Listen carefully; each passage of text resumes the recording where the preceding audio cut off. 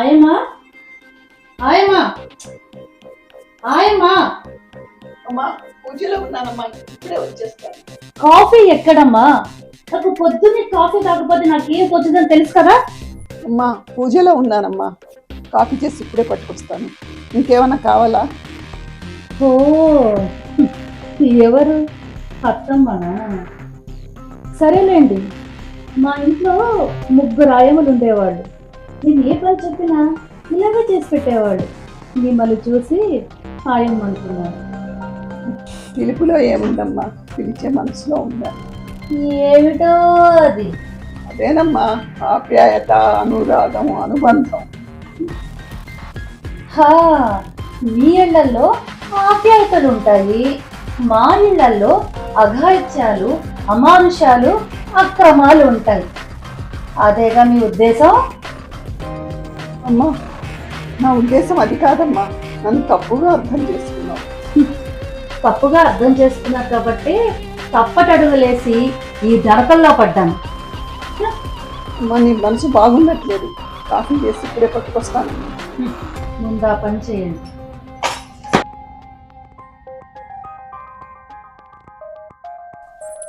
నేను వాష్రూమ్కి వెళ్ళాలి, పక్కకి జరగండి.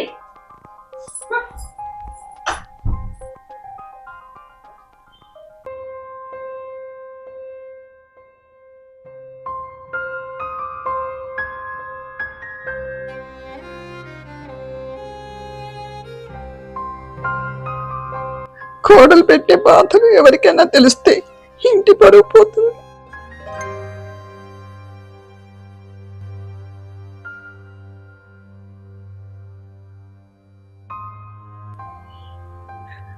ముఖ్యంగా నా కోడలు కయ్యాడుతనం తెలియకూడదు. తెలిస్తే చాలా బాధపడతాడు నా కొడుకు. హలో డాక్టర్ గారు, మీరు ఎంతసేపు మీ హాస్పిటల్, రోగులు, రొచ్చులు, పేషెంట్స్ తప్ప మనం హోల్డ్ చేసిన బ్లూ చిప్ షేర్స్ ని అమ్మమని చెప్పాను. అమ్మారా? అమ్మలేదు. ఎందుకంటే నేను వెళ్ళేసరికి మార్కెట్లో ఆ షేర్ విలువ పడిపోయింది కాబట్టి. మీరు కష్టపడి సంపాదిస్తే ఆ షేర్ వాల్యూ ఏంటో మీకు తెలుస్తుంది. అది మా నాన్న సంపాదించిన షేర్ కదా, అందుకే మీకు దాని వాల్యూ ఏంటో తెలియకుండా ఉంది. మీ నాన్న షేర్స్ సంపాదించాడని ఆ షేర్స్ నా మెడలో వేసుకుని తిరగను కదా. మీరు వెళ్ళో వేసుకొని తిరుగుతున్న స్టెథోస్కోప్ మా నాన్న మిమ్మల్ని డాక్టర్ చదివిస్తే వచ్చిందని తెలుసుకోండి. కానీ దానికి ప్రతిఫలంగా నేను నీ మెడలో తాళి కట్టాను. నువ్వు ఈ సెటస్కోప్ని అవమానపరిచావు, కానీ నీ మెడలో కట్టిన తాళిబొట్టుని నేను అగౌరవపరచను, గౌరవిస్తాను. ఎందుకంటే మా అమ్మ నాన్న నాకు ఇచ్చిన సంస్కారం అటువంటిది. తెలుసుకోను. అబ్బబ్బబ్బబ్బబ్బబ్బబ్బబ్బా, సంస్కారం గురించి మీరు నాకు చెప్తున్నారా? మీ నాన్న మీకేమిచ్చాడు? 80 లక్షలు అప్పు ఇచ్చాడు. మరి మీ అమ్మ ఆస్తిలో చిల్లి గవ్వ కూడా ఇవ్వకుండా చేతికి ఇంత పెద్ద చిప్పిచ్చి పంపించింది. సిగ్గులేదా? చి చి చి చి, నువ్వు బురదవే, అనవసరంగా బురదలో రాయేశాను. చి, బురదని ఇప్పుడన్నా తెలిసింది కదా. అయ్యమ్మా, అది హో సారీ అత్తమ్మ, నేను షాపింగ్కి వెళ్తున్నాను. నాకు ఒక డ్రెస్, మీ అబ్బాయికి ఒక సూట్ తీసుకుంటున్నాను. మరి మీకు ఒక నేత చీర తీసుకుంటాను. ఉత్తమ, నాకంటే ఏం బట్టలు కొనొద్దు, నీ ఇద్దరు సుఖంగా ఉంటే చాలు.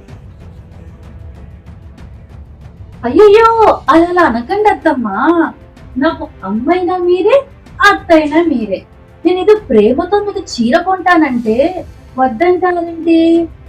ఓ, నా డబ్బులతో కొంటాను అనుకుంటున్నారా? కాదండి, మీ పెన్షన్ డబ్బులతోటే కొంటాను. అమ్మా, నా పెన్షన్ డబ్బులు నా మందులకే ఖర్చు అయిపోయినాయి. ఇప్పుడు నా దగ్గర చిల్లిగా కూడా లేదమ్మా. పని పాట లేకుండా కూర్చొని తింటే జబ్బులు వస్తాయి. డబ్బులు ఎక్కడి నుంచి వస్తాయి? దొంగచాటుకపోయి వంటింట్లో పల్లీలు, జీడిపప్పులు బాగా తినండి. మా సొమ్ము తినటానికి ఇక్కడికి వచ్చి తగలట్టారు. అమ్మా, నేను నీ కొడుకునే కదా, నవమాసాలు మోసి నన్ను కని పెంచావు కదా, అంతేగాని బజార్లో దొరికితే తీసుకురాలేదు కదా. ఏమైంది నాన్న, ఏమైంది ఇప్పుడు? వేదన నీ కోడలు, కర్మకాలి నా భార్య, నిన్ను అనేక బాధలు పెడుతూ ఉంటే ఒక్క మాట కూడా నువ్వు నాకు చెప్పలేదేంటమ్మా. ఈ చిన్నపిల్లరా, దానికి మంచి ఏదో చెడేదో తెలియదురా. అమ్మా, వేదన అకౌంట్లో 8,70,632 రూపాయలు ఉంది. షాపింగ్ కోసమని వేదన నీ పెన్షన్ డబ్బులు అడిగిందా? అదేం లేదురా, పెన్షన్ డబ్బులు దాచుకోండి, ఖర్చు పెట్టబాకండి, మందులకు అయ్యే డబ్బులు నేను ఇస్తాను అందుగా. అమ్మా, కన్న కొడుకుల్ని కన్న కూతుర్ని తల్లి ప్రేమను పంచడం చూశాను కానీ రాక్షసు లాంటి కోడలకి ప్రేమను పెంచే అమ్మని నిన్నే చూస్తున్నానమ్మా. ఎవరినండి రాక్షస్ అంటున్నారు? నిన్ను కాదులే. నేను మిమ్మల్ని ఒకటి అడగాలనుకుంటున్నాను. అడుగు. డాక్టర్ గా మీ సంపాదన అంతా ఏం చేస్తున్నారండి? ఎంతసేపు మీ అక్కకి, మీ చెల్లెలకి, మీ అన్నకి, తమ్ముడికి ఖర్చు పెట్టడమేనా? మనకంటే ఏమైనా ఖర్చు పెట్టేది ఏమన్నా ఉందా? నేను చదువులకి, అప్పులకి, అమ్మ మందులకి డబ్బు ఖర్చు పెడుతున్నాను. అబ్బో, మీ ఫ్యామిలీ వాళ్ళందరూ మహనీయులు, మా ఫ్యామిలీ వాళ్ళు పనికి రాని వాళ్ళు, వెధవలు, పనికి రాని ఖర్చులు చేసేవాళ్ళు. అదేగా మీ ఉద్దేశం? కొద్దిగా ఆలస్యం అయితే అయింది కానీ నిజం ఒప్పుకుందాం. ఏంటది? మీ ఫ్యామిలీ అంతా వెధవలది. పోనీ లేదా, వదిలేసేరా. మాటకు మాట పెంచుకుంటూ పోతే సంసారం అనే బంధం తెగిపోతుందిగా. తెలుసుకో. అబ్బో, అమ్మగారు చెప్పండి, అబ్బాయి గారు ఒక్కడు కూడా ముందు చెయ్యరన్నమాట, అంతేనా? మీరు ఉంటున్న ఈ ఇల్లు మా నాన్న కొనిచ్చింది, అర్థమైందా? మీ అబ్బాయి తిరుగుతున్న 4-వీలర్ అది కూడా మా నాన్న కొనిచ్చిందే. చివరికి మీ అబ్బాయి తిరుగుతున్నాడే 2-వీలర్ అది మా అన్నయ్య కొనిచ్చింది.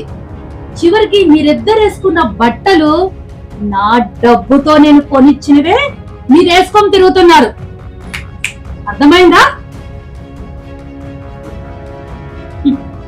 మీ అబ్బాయి పేరుకు మటుకే డాక్టర్, సంపాదన నిల్, పౌరుషం మటుకు ఫుల్. మీ ఫ్యామిలీ అంటే మీకు అంత పౌరుషం వస్తుందే, మాది జమీందారీ ఫ్యామిలీ, మరి మమ్మల్ని అంటే నాకెంత పౌరుషం రావాలి? నీకు వేదన అని ఎవరు పేరు పెట్టారో కానీ కరెక్ట్ పేరు పెట్టారు. ఎందుకో? ఎందుకంటే మనుషుల్ని వేధించటంలోనూ వేదనకు గురి చేయటంలోనూ నువ్వు ముందుంటావు కాబట్టి నువ్వు వేదన అయ్యావు. ఇంత ధైర్యముడిన నా మాట అంటావు నువ్వు?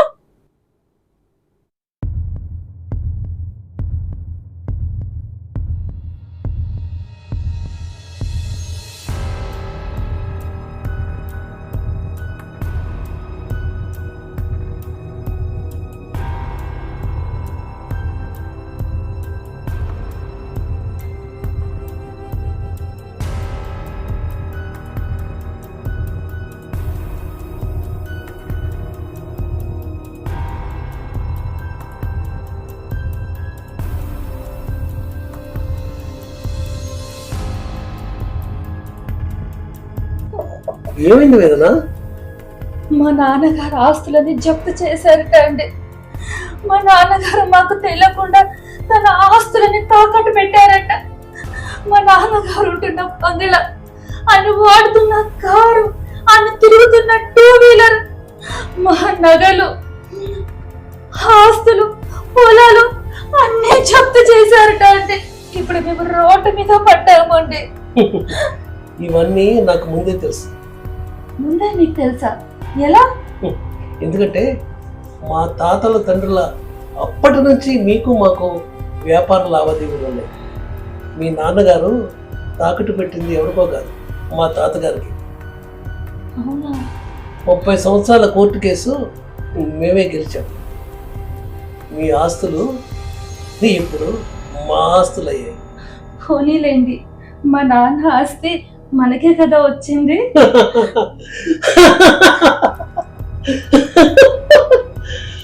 మనకి కాదు మేడం, మాకు వచ్చింది. మీ ఆస్తి మా ఆస్తి అయ్యింది.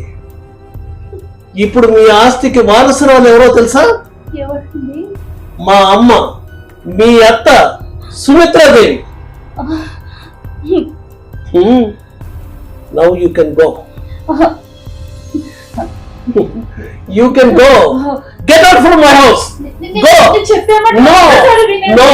వెళ్ళు. అత్తమ్మ, మీరన్నా చెప్పండి మీ అబ్బాయికి మన ఇంట్లోంచి వెళ్ళిపోమంటున్నారు. మీరు చెప్తే మీ అబ్బాయి మాట వింటారు అత్తమ్మ. అత్త అమ్మ అవదంటారు, కోడలు కూతురు అవదంటారు. మన ఇంట్లో మాత్రము అన్ని అటు ఇటు అవుతాయమ్మా. ఆత్మీయతలోను, అభిమానంలోను, అనురాగంలో మాత్రమే. నన్ను క్షమించండి. నాకు ఈ ఆస్తి పాస్తులు ఏమక్కర్లేదు. నాకు మీ ప్రేమ ఆప్యాయతలే నాకు కావాలి. అవి ఎప్పుడూ ఉంటాయమ్మా మన ఇంట్లో.